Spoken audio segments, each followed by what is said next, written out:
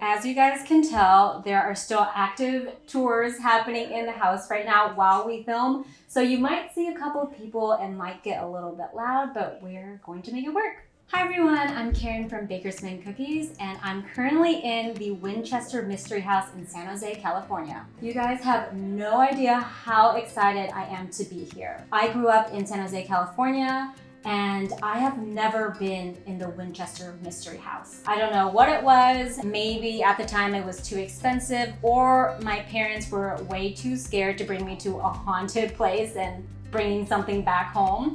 I'm so excited to finally have the opportunity to not only be here, but to work with the Winchester Mystery House. So in honor of being at the Winchester Mystery House, we are going to be making some desserts from the 1880s. 1800s, 1880s, which is around the time the house was built. So today we are making jelly cake and apple butter custard pie.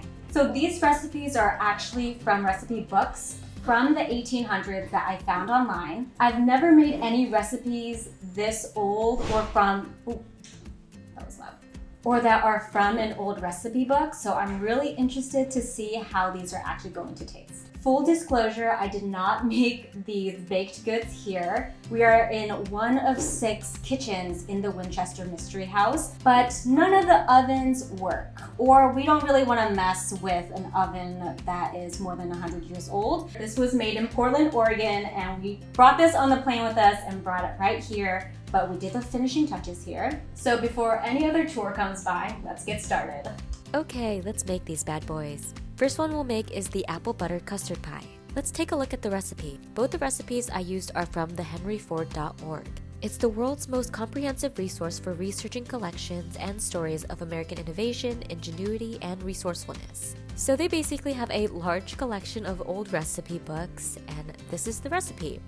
As you can see, it's a straight scan from the book, and it's just one paragraph. Pretty different from the recipes you get online today, where it's a whole essay beginning with someone recounting their whole childhood at their mama's house. Which, no hate, just a huge difference. So we're going to beat 4 eggs together. Then we're going to add a teacup of sugar. Now I had to look up what this meant because it's the 21st century, we are about exact measurements. Plus I don't have like a teacup. So I googled it and it's basically 3/4 cup. But I think it goes to show that baking isn't always a science. It is when it comes to having a certain reaction like a souffle or making macarons. But measurements for these types of things can have slight variation. Then I add a teacup of apple butter as well. This is what makes the pie, and let me tell you, this is crack. This is straight up crack. It straight up tastes like Thanksgiving. I'm pouring in 1 quart of sweet milk, and sweet milk is just whole milk, and then 1 level tablespoon of allspice. And now we have our filling. So the recipe says to split this into 3 pies, but my pie pan was huge and can fit all the liquid, so that's what I did.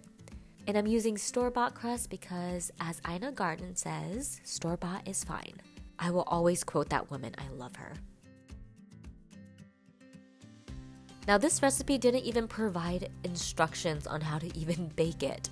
It's most likely because during this time, the 1800s, everyone's kitchen oven looked a little bit different. Gas stoves were created in 1826, but not in most domestic kitchens yet until 1920. So maybe some people had brick ovens or something. Either way, I figured that I would set the oven to 400 degrees Fahrenheit for 30 minutes. And if you decide to make this pie, if during this time you find that your crust is baking way faster and it's starting to burn, then cover it with a piece of aluminum foil. So after 30 minutes, it was still a little too jiggly. It doesn't have to be completely firm because once it's cooled, it'll firm up even more. But I put it in for an extra 10 minutes and it was good to go. This is what we get. This pie is so milk heavy, so it definitely needs to be refrigerated. It has a nice brown color from the allspice, so I'm excited to taste this. Next is the jelly cake. Why is it called jelly cake? At first, I would think it's like a jello cake, but it's just because you put jelly on it, or jam. So this recipe seems to feed a family of 10 or something. It's actually not too crazy, you know, we make big cakes these days, but for a home kitchen, it seems to be quite big. Anyway, so we'll beat together a cup of sugar and a stick plus a little more of butter together. On the side, we'll beat 7 eggs to a froth. I'm not sure how frothy this is supposed to be, but I hand beat it and did so until I saw some froth. I felt like I would be cheating even more if I used a beater, so this is good to go. My biggest mistake here is that I didn't add the eggs in sections. I added it all at the same time and I had a hard time mixing together. But totally fine, it'll come together once I add flour. So before this, I didn't even know what mace was, and apparently it's similar to nutmeg, but it's not the same thing. Nutmeg is the seed found inside the ripe fruit of the tree after it's been picked and split open. The lacy membrane that surrounds the seed once removed and dried is mace. I'm still confused, but the more you know. Anyway, I used nutmeg. Then goes in the flour. Then lemon zest and juice. Just from the recipe alone, the cake sounds really good. I love fresh lemon in a cake. It makes it so refreshing and light. The thing that really set me off about this recipe though is that there's no baking soda or baking powder. Again, subject to the times, but that's the difference between a nice fluffy cake and a weapon, because this cake is going to be so dense and hard. But we're sticking to the recipe. So this recipe says to turn the mixture onto scalloped tin plates. I couldn't even find what this was. If you know, let me know. Maybe it's like Madeline molds or something. But either way, I don't have that, so I used a bundt cake pan. I know it throws the authenticity off a little bit, but what can you do? Now this part is really interesting. It says to bake in a quick oven. Of course I was like, huh? So I did a quick Google search and it means a certain temperature, so around 375 to 400 degrees Fahrenheit. So I'm going to put this in at 375 for 30 minutes. It seems to be baked, so I'll take it out and unmold it.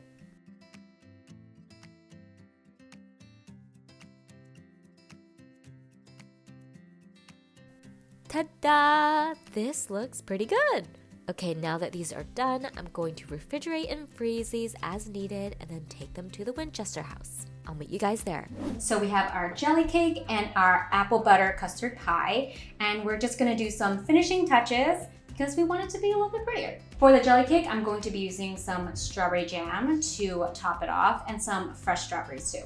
So I'm gonna use some props from the house to just elevate this because we're working with what we have. So I'm gonna open up this jam, surprisingly easy, and then just start spreading it on.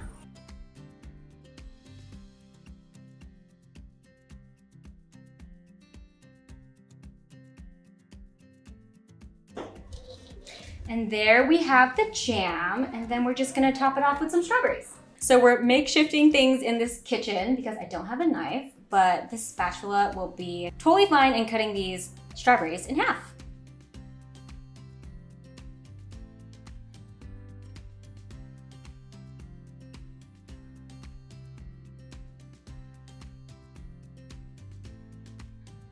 And there you have it, a jelly cake.